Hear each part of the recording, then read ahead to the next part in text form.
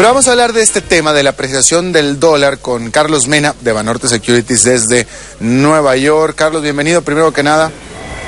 Gracias, Alberto. Buenas tardes. Gracias por la invitación. Al contrario, el dólar, de hecho, se ha venido apreciando en los últimos días, en las últimas semanas. ¿No es cierto? Así es. Mira, en general nosotros lo que ponemos en perspectiva, no de corto plazo, sino de largo plazo, es la siguiente premisa. Aversión al riesgo, fortalecimiento del dólar, apetito por riesgo, debilitamiento del dólar, ¿no? Hemos visto algunas sesiones de volatilidad en los mercados, volatilidad en las materias primas. No se cumple al 100% día por día, pero esa es la premisa que vemos funcionando como más lógica en el largo plazo, ¿no? Ahora, pero ¿qué hay de las determinantes macroeconómicas? Estoy hablando del déficit de Estados Unidos, la propia fortaleza de la economía de Estados Unidos. ¿Eso justifica que el dólar se esté apreciando? No totalmente, pero regreso un poco a lo que me refería hace un momento. O sea, los analistas económicos miran mucho este tipo de cuestiones para tratar a veces de predeterminar hacia dónde debería ir la divisa, y no tenemos mejor ejemplo que el colapso del año pasado, donde la crisis se gestó en los Estados Unidos y el beneficiario de todos los movimientos de flujos de capitales fue el dólar, ¿no? Entonces, cuando uno analiza la perspectiva, por ejemplo, de los últimos 5 años, por supuesto que inciden factores económicos en las diferentes monedas respecto a sus finanzas públicas, como mencionaba, su déficit o superávits, el tema de materias primas, que es muy importante para determinar su comportamiento respecto al dólar. Pero lo que arrastra mayor apreciación o mayor debilidad finalmente es esta premisa de aversión o apetito por riesgo. Bueno, y de acuerdo a las previsiones sobre la recuperación de la economía de Estados Unidos y también de la recuperación del mundo, etcétera, ¿qué es hacia dónde se debería estar apuntando el comportamiento de los inversionistas y por tanto la respuesta del dólar?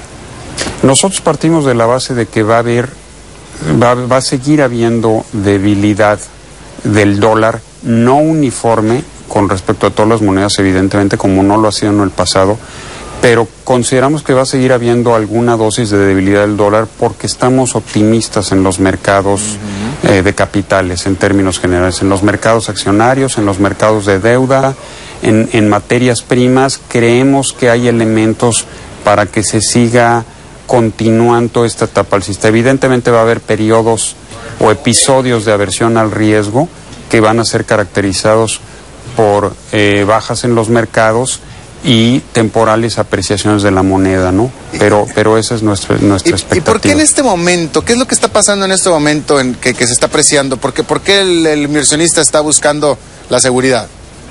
Porque normalmente, por alguna razón particular, el inversionista busca,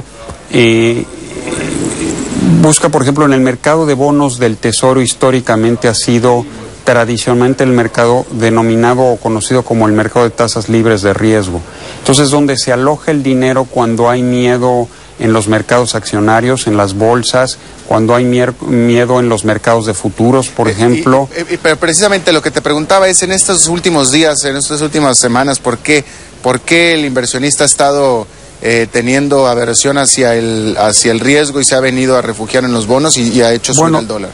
Claro, Alberto, porque yo creo que venimos de una muy vertiginosa alza en bolsas de los últimos 6 meses, donde el desempeño de muchos activos de riesgo han sido espectaculares, y era natural que tarde o temprano tuvieras toma de utilidades, ajustes y cautela que mucha gente ha estado pronosticando incluso desde hace varias semanas, ¿no? Claro.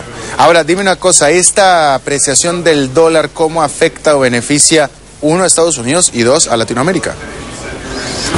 A Latinoamérica, mira, en el caso de Latinoamérica, por ejemplo, hay comportamientos muy disímbolos, y es interesante ver, por ejemplo, un real brasileño que en perspectiva de 5 años tiene una apreciación récord con respecto al dólar, es la número 1, la moneda de apreciación número 1 a este respecto, y por ejemplo al peso mexicano no le ha ido tan bien.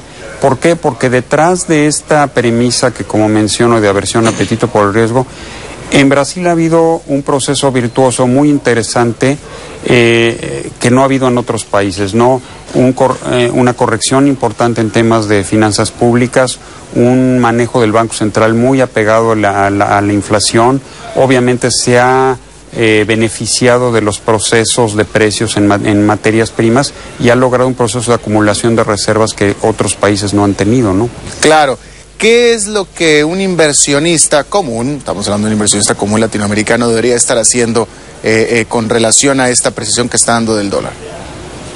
Mira, el inversionista global creo que desde hace tiempo, y nosotros es lo que hemos recomendado, debe tener exposición global al tema de monedas.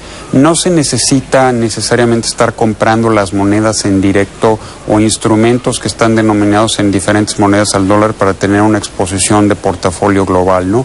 Hay una serie de activos que pueden estar denominados u operados en dólares que finalmente te dan este tipo de exposición, ¿no? El que tú estés invertido en algún índice de materias primas de alguna manera de facto es una diversificación con respecto al dólar. El hecho de que estés en ciertos mercados accionarios que parecieran domésticos de grandes empresas en Estados Unidos de facto te da una diversificación con respecto al dólar por el tamaño de empresas y su alcance global. Y en fin, así hay una serie de cosas que el inversionista global ya puede hacer muchas veces a través de sus mercados locales, ¿no? Claro. Carlos Méndez.